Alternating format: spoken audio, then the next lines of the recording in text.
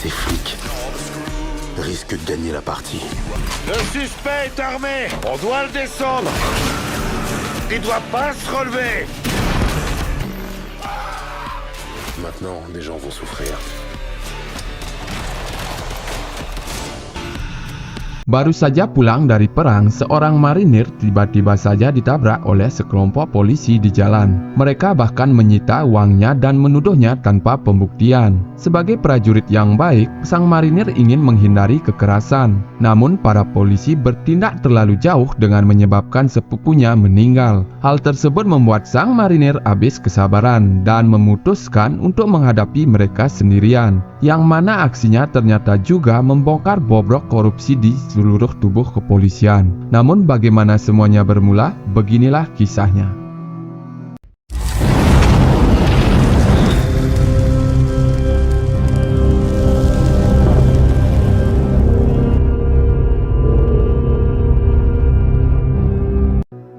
Dimulai dengan menampilkan seorang lelaki yang tengah mengayuh sepeda. Namun ia kemudian ditabrak dari belakang oleh polisi secara tiba-tiba. Tanpa diberitahu apa kesalahannya, si lelaki bernama Terry lantas ditodong dengan senjata. Ia dituduh dengan berbagai macam alasan. Tanpa surat penangkapan apa-apa, selagi digeledah sang polisi melihat sebuah tatu kemiliteran di lengannya. Namun mereka tidak peduli dan tetap mengeluarkan semua isi tasnya, yang kemudian ditemukan sebuah bungkus mencurigakan di sana. Para polisi memberi pilihan untuk membukanya sekarang atau menunggu unit anjing pelacak datang. Terry yang tidak punya banyak waktu lantas memberi izin agar urusannya cepat selesai. Para polisi pun segera memeriksa yang rupanya berisi banyak uang tunai. Dengan sabar, Terry menjelaskan bahwa semua uang tersebut adalah halal, yang akan ia bayarkan ke pengadilan sebagai jaminan bagi sepupunya yang ditahan. Para polisi kemudian menanyakan alasan penahanannya. Terry mengungkapkan bahwa sepupunya telah didakwa atas kepemilikan ganja.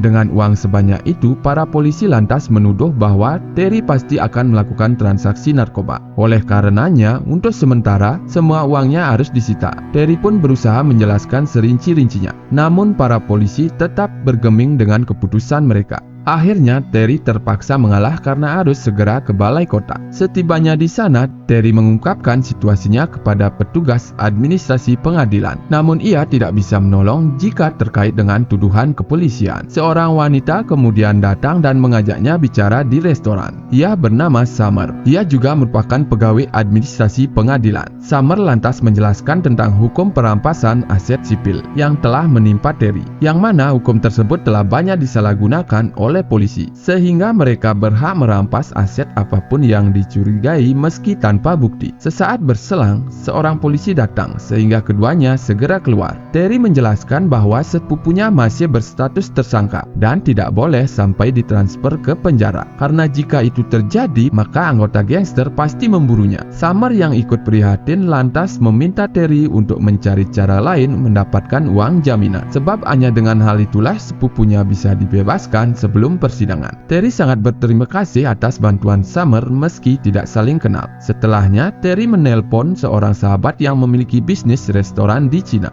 Ia yang punya sebagian saham di sana lantas meminta untuk mencairkan uangnya. Dengan senang hati, sahabatnya pun berjanji untuk mengirimkannya segera. Malam itu seperti biasa, Terry bermalam di hutan sendirian. Ia melacak kantor polisi yang telah menyita uangnya dengan sewenang-wenang. Ketika pagi tiba, Terry langsung menyambut seorang poluan yang datang. Terry kemudian melaporkan tindakan perampokan yang telah menimpanya. Namun, ketika ia menjelaskan bahwa pelakunya adalah polisi, sang petugas pun izin sebentar. Sesaat berselang, pelakunya bernama Steve lantas datang dan memerintah Terry untuk segera keluar. Keributan tersebut membuat sang kapolsek juga mendekat dengan tatapan mengancam. Ia berkata bahwa uangnya tidak bisa diambil sebelum diputuskan pengadilan. Demi menyederhanakan urusan, Terry kemudian menawarkan kesepakatan, yakni agar sebagian kecil uangnya dikembalikan, sedangkan sisanya boleh diambil tanpa perlu persidangan. Mendengar hal tersebut, emosi kapolsek pun berubah menjadi lebih tenang. Ia berkata bahwa uangnya tidak berada di sini, namun sepupunya tetap bisa ditemui besok sebelum dipindahkan. Akhirnya Terry pun berdiri untuk pergi setelah membuat kesepakatan. Hari berubah menjadi malam yang mana Terry tetap tinggal di hutan. Keesokan harinya, ia pun langsung berangkat tepat di jam yang ditentukan. Namun setibanya, sang Kapolsek berkata bahwa ia baru saja ketinggalan. Rupanya kesepakatan kemarin hanyalah omong kosong yang sengaja dilanggar. Terry lantas secepatnya mengayuh sepeda untuk mengejar bis penjara. Ia memotong jalan melewati hutan hingga mencapai kendaraan sepupunya. Sembari terus mengayuh, Terry menjelaskan bahwa ia akan segera membayar uang jaminan. Oleh karenanya, sepupunya diminta agar menuntut hak perlindungan. Dengan demikian, ia bisa terhindar dari anggota gangster yang berada di dalam tahanan. Oleh sebab kesepakatan dengan Kapolsek telah gagal, Terry kembali menghubungi sahabatnya di restoran Cina. Ia meminta agar uangnya segera dikirimkan hari ini juga. Namun ternyata sahabatnya mengabarkan bahwa para polisi baru saja menyita semua hartanya. Terry pun hanya bisa memohon maaf karena telah melibatkan bisnisnya secara tak sengaja. Setelahnya, Terry yang tak tahu harus bagaimana kemudian pergi ke balai kota. Namun Summer meminta bicara di luar karena bisa menimbulkan curiga. Terry yang mengabarkan bahwa sepupunya telah dipindahkan membuat Summer tak menyangka. Summer juga heran karena kasus ringan seharusnya tidak ditahan begitu lama. Selain itu, banyak kasus serupa yang digelembungkan dana jaminannya. Sayangnya hanya dengan dana tersebutlah hakim mau menandatangani surat pembebasan. Sementara kini tidak ada cara lain bagi Terry untuk membayar uang jaminan. Ia harus merebut uangnya yang telah disita oleh para polisi bajingan. Waktunya tinggal 1 jam sebelum tutup gedung pengadilan. Sementara itu, di kantor polisi, Steve bersama Kapolsek menyelidiki identitas Terry. Dari data ditemukan bahwa ia pernah bertugas perang di luar negeri, yang mana ia kemungkinan hanya prajurit biasa, sehingga tidak perlu ditakuti. Namun tanpa diduga, Terry ternyata sudah tiba di depan kantor mereka. Ia tidak lagi punya waktu untuk bermain demi keselamatan sepupunya. Terry kemudian menawarkan sekali lagi kesepakatan yang sama. Sayangnya Kapolsek menolak mentah-mentah dan mengancamnya agar mundur dari sana. Sang polwan bernama Sims menemukan data baru di Wikipedia bahwa Terry ternyata adalah marinir yang dilatih khusus dalam pertarungan tanpa senjata. Menyadari hal itu, Steve lantas memperingati Kapolsek secepatnya. Namun Terry dengan sigap segera maju dan melucuti semua isi pistolnya. Steve yang mencoba menyerang pun digagalkan dengan mudah oleh sang tentara. Dengan berlindung di balik tubuh Kapolsek, Terry menggiring mereka ke dalam. Sim kemudian diperintah memborgol keduanya dengan berpunggungan. Setelah mencabut CCTV, Terry meminta Sim mengambilkan uangnya. Namun Terry rupanya tetap mau mematuhi kesepakatan dengan mengambil separuh saja. Terry tidak ingin ada yang terluka, sehingga ia mempercayakan Sim agar mengaturnya. Karena para polisi di luar pasti sedang bersiap untuk mengepungnya. Sim kemudian menggiring Terry keluar menuju kendaraan. Pasukan pun hanya bisa menonton keduanya meninggalkan lapangan. Setibanya di kejauhan, Sim diperintahkan agar melaporkannya melarikan diri ke pegunungan. Terry lantas segera berangkat untuk menyelesaikan urusan di gedung pengadilan tanpa lagi membuang waktu. Terry membayarkan uang jaminannya. Summer lantas dengan sigap meminta hakim menandatangani formulirnya. Akhirnya urusan pengadilan telah selesai sehingga sepupunya bisa dibebaskan sementara. Namun tiba-tiba polisi berdatangan dan mengepung Terry yang tak melawan. Ia pun disetrum dan dijatuhkan hingga pingsan. Ketika tersadar, Terry sudah ada di sebuah gudang. Seorang polisi bernama Evan memerintahnya bersiap untuk menemui seseorang, yang tak lain adalah sang Kapolsek, yang kemudian ikut memasuki kendaraan. Terry pun ikut saja tanpa diberitahu kemana ia akan dihantarkan, yang mana mereka ternyata turun di rumah sakit karena suatu alasan. Setelah borgolnya dilepas, sang Kapolsek lantas mengabarkan bahwa sepupunya baru saja dievakuasi akibat serangan di dalam tahanan. Terry tak bisa menahan air mata, sebab hal tersebutlah yang ingin ia cegah sejak awal. Sang Kapolsek kemudian mengembalikan semua uangnya dengan 2 pilihan. Pertama adalah penjara selama 30 tahun jika Terry masih mau melawan. Atau pilihan kedua adalah pergi dari kota ini tanpa pernah boleh lagi kelihatan. Malam itu, Terry tidak bisa berkata apa-apa melihat mayat sepupunya, sebab ia adalah satu-satunya anggota keluarganya yang tersisa. Setelah mengemasi tendanya di hutan, Terry dijemput oleh Summer untuk diantar ke luar kota.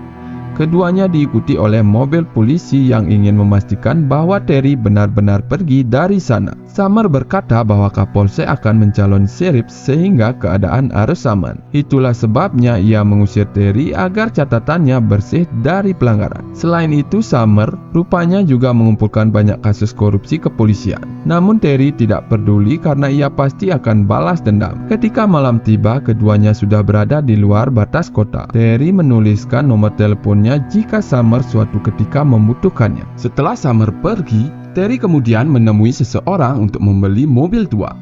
Beberapa hari berselang, Summer terbangun di tengah malam. Seseorang telah masuk secara diam-diam sehingga ia memeriksa keadaan. Sebuah alat suntik di toilet membuatnya sadar bahwa ia telah diinjeksi oleh cairan. Pelakunya tidak lain pastilah kepolisian yang merasa terancam. Summer pun segera menghubungi Terry untuk meminta bantuan. Tanpa menunggu pagi, Terry langsung berangkat saat itu juga. Ia menemukan Summer telah terkapar di bak mandi tanpa tenaga. Summer tahu bahwa yang disuntikan ke tubuhnya adalah narkoba, sehingga dengan demikian ia akan cepat dipecat sebagai pengacara. Selain itu, Summer juga akan kehilangan hak asuh atas anaknya yang mana ia dirawat di rumah yatim sejak bercerai dengan suaminya. Terry tentu ikut prihatin, namun tak bisa berbuat apa-apa. Ia merasa bersalah karena Summer telah juga menjadi korban polisi yang tak punya rasa iba. Akhirnya, karena tidak punya pilihan, Summer akan tetap berangkat bekerja. Terry pun juga harus segera pergi keluar batas kota. Sayangnya, seperti apa yang sudah disangka, sang hakim langsung memecat Summer saat itu juga. Ia tak dapat menahan air mata karena kini telah habis karirnya. Sementara itu, Terry yang berkendara lantas diikuti dari belakang. Ia kemudian menepi ke bahu jalan, lalu dihadang oleh mobil polisi dari kejauhan. T pun memerintahnya mematikan mesin dan melempar kuncinya keluar. Dengan tenang, Terry mematuhinya tanpa perlawanan. Setelah mengingatkan Terry akan kesepakatannya, T lantas menembak secara tiba-tiba. Terry pun balik menyerang dan menyatukan lawan dengan seketika. Ia kemudian segera menyalakan mobil dan secepatnya menjauh ke hutan belantara. Di rumah yatim, Summer hanya bisa melihat putrinya dari luar pagar. Sesaat berselang, sebuah mobil polisi kemudian mendatanginya dari belakang. Di bawah jembatan, Terry meninggalkan mobil tuanya begitu saja. Lengannya telah dipenuhi darah dari robek luka. Summer kemudian menelpon bahwa polisi telah mengancamnya. Mereka memerintah Summer agar menjauhi Terry dan meninggalkan kota. Terry lantas meminta Summer mengunjunginya di restoran Cina. Setibanya, Summer diminta masuk ke ruang gudang. Terry yang terluka sedang diobati oleh Tuan Liu, si pemilik restoran, yang mana ia adalah juga veteran yang pernah bertugas di bagian medis saat perang. Setelahnya, Terry meminta Summer mengungkapkan semua data yang ia kumpulkan. Namun Summer berkata bahwa perlu lebih banyak bukti untuk bisa membongkar bobrok kepolisian. Mengingat bahwa Kapolsek akan naik jabatan dan sepupunya telah meninggal, Terry pun bertekad untuk bertindak sekarang. Ia akan melakukan apapun yang dibutuhkan untuk menghentikan ketidakadilan. Malam itu juga, mereka langsung berangkat ke informan pertama. Ia bernama Elliot, yang adalah rekan kerja Summer di balai kota. Sayangnya ia tak mau menjawab karena aksi mereka pasti akan melibatkannya. Tanpa menunggu lama, keduanya kemudian bergerak ke target berikutnya, yakni sang hakim yang ternyata sudah ditelepon oleh Elliot sebelumnya. Darinya lah mereka mendapat jawaban bahwa satu-satunya bukti tak terbantahkan ada di balai kota, yakni rekaman dari kamera dashboard mobil para polisi yang mencatat setiap aksi koruptif mereka. Namun sesampainya di sana, para polisi rupanya telah lebih dulu tiba. Terry dan Summer lantas masuk ke ruang bawah tanah dengan membongkar jendela. Selagi menelusuri koridor, tiba-tiba terdengar suara. Keduanya yang bersembunyi melihat para polisi pergi melalui tangga. Sesaat berselang, api kemudian menjalar ke ruang penyimpanan. Untungnya Summer dengan sigap segera menyiramkan minuman. Mereka pun secepatnya mencari barang bukti yang dibutuhkan. Beberapa kartu memori lantas ditemukan dan langsung disimpan. Terry kembali menyalakan api dan mengajak Summer keluar dari sana. Namun Summer rupanya masih ingin mengambil barang bukti lainnya. Keduanya kemudian berpisah, yang mana Terry menyiapkan kendaraan, sedangkan Summer pergi ke lantai atas dan memasuki ruang pengadilan. Namun ketika barangnya ditemukan, para polisi lantas juga datang. Terry pun melihat Summer dari kejauhan kejauhan yang disekap tanpa mampu melawan. Secara diam-diam, Terry kemudian mengikuti mobil mereka. Tak berselang lama, para polisi bertukar mobil dan pergi dari sana. Satu mobil polisi yang tersisa lantas ditabrak oleh Terry begitu saja. Dengan penuh kekuatan, Terry menyeret tubuh sang polisi keluar. Lawan yang ketakutan pun hanya bisa memohon ampunan. Terry lantas merampas interkomnya dan mengancam untuk menyebarkan barang bukti ke media. T pun menawarkan pertukaran dan memberitahu lokasinya.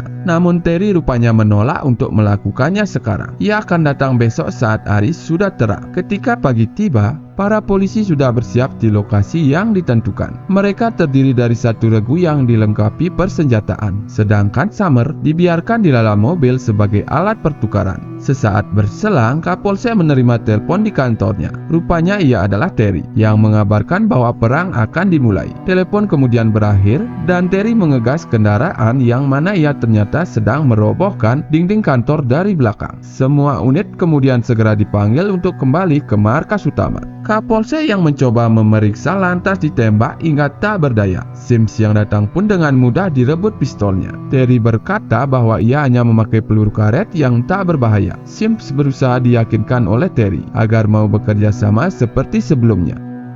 Semua kartu memori lantas diserahkan agar disimpankannya. Sementara mobil polisi berdatangan. Terry menyiapkan diri untuk menghadapi mereka. Namun Sims tiba-tiba berkhianat dan menodongkan senjata. Terry pun hanya bisa menyerah sembari digiring tanpa daya. Dengan tenang, Steve meminta barang bukti kepada Sim dan menghancurkan semuanya. Ia kemudian juga memperlihatkan kondisi Summer yang pingsan setelah disuntik narkoba. Hal tersebut membuat Terry marah dan penuh siaga. Ketika Steve hendak mengeksekusi Terry, Evan seketika menghentikan karena tak mau ada korban. Situasi lantas menjadi tegang oleh emosi perdebatan. Namun tiba-tiba Evan ditembak oleh Kapolsek yang datang. Selagi Kapolsek menenangkan anak buahnya, Terry memanfaatkan kesempatan dengan menarik Evan. Keduanya berlindung ke balik kendaraan dan mulai melemparkan bom asap ke tengah lapangan. Tembakan demi tembakan pun dilancarkan ke berbagai jurusan. Dengan barang bukti yang sudah tiada, Evan meminta Terry